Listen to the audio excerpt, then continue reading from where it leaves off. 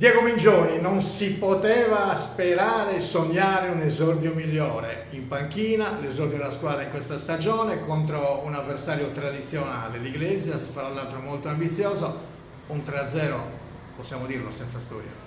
Sì, sono contento perché la squadra ha fatto quello che gli abbiamo chiesto, ovvero giocare con coraggio, giocare sempre la palla in queste situazioni, di rischiare, di provare a tenere sempre la partita sotto controllo attraverso sempre il possesso della palla. E poi l'altra indicazione fondamentale era che volevo vedere comunque una squadra aggressiva, una squadra che voleva lottare su ogni palla. Questo si è visto in campo, si è visto comunque una squadra che sta lavorando, che ha bisogno ancora di lavorare, ancora di tempo per avere un'organizzazione migliore. Però siamo contenti, la partita è finita 3-0, però sinceramente potevamo fare anche qualcosina meglio nella finalizzazione, però è veramente andare a cercare il pelo nell'uovo, però lavoreremo anche su quello per migliorare ulteriormente anche questo aspetto qua. Guardando l'elenco iniziale, c'è a stupirsi con una panchina di praticamente allievi. Un gol strepitoso su punizione di Fabio Mastino, rientro a Carbonia dopo la stagione ad Arezzo, e 2 gol di 2 17enni, insomma, sì, tanta roba. Voglio dare un dato oggettivo.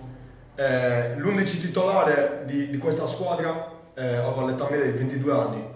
Dalla panchina sono entrati un 2006 Danilo Cocco, un 2005 Lorenzo Sartini, Alessandro Gungu che è un 99. E hanno fatto gol 2005, Lorenzo Sartini e Cristian Muscas. Questo e che gol il primo gol, gran gol, sì. Questa è la dimostrazione che comunque lavorare con i giovani è stimolante, ti dà grosse soddisfazioni e soprattutto metterli in campo perché meritano, perché sono validi, è un motivo comunque di orgoglio. La linea che abbiamo intrapreso dall'inizio con la società è questa: una squadra con un'età media bassa, con dei ragazzi, degli allievi 2005-2006 da far crescere, da mettere in campo quando c'è bisogno, quindi si continua a lavorare con questa linea cercando sempre di migliorarsi tutti insieme. Per tutti insieme intendo giocatori, società, staff.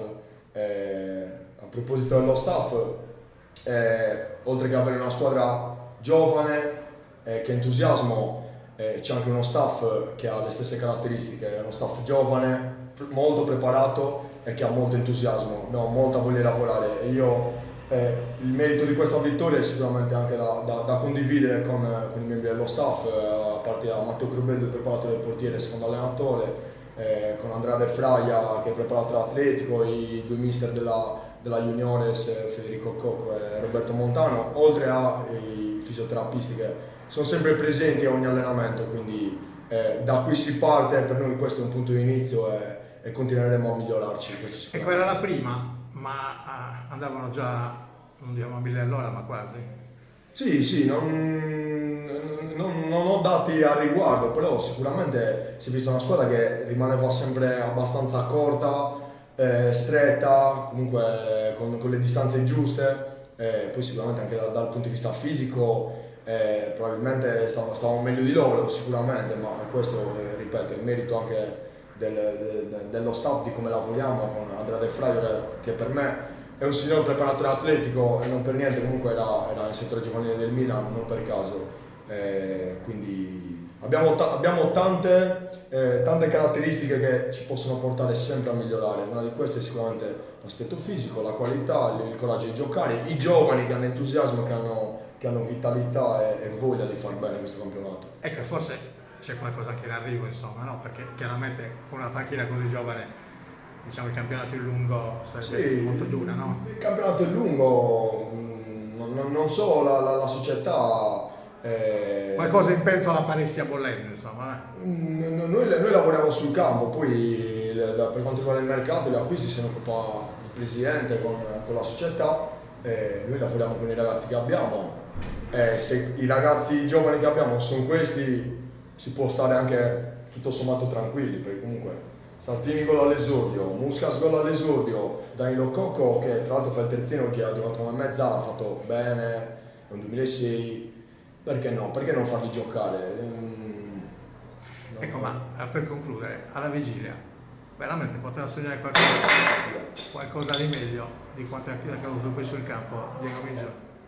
E tu, l'avversario non era di poco conto. No, poi molto ambizioso. Era una partita sentita per svariati motivi. Uno su, derby classico del esatto. Sulcis.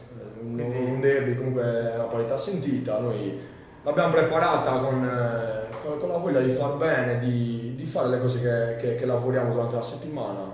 Ci sono riusciti, hanno avuto coraggio, quindi sì, si sognava un esordio del genere, però non è una cosa casuale, cioè è frutto di lavoro. Poi i sogni sono astratti. E domenica c'è il campionato alla Musei, sarà una battaglia. Sì, una battaglia, ma come la partita di oggi noi la affronteremo alla stessa maniera.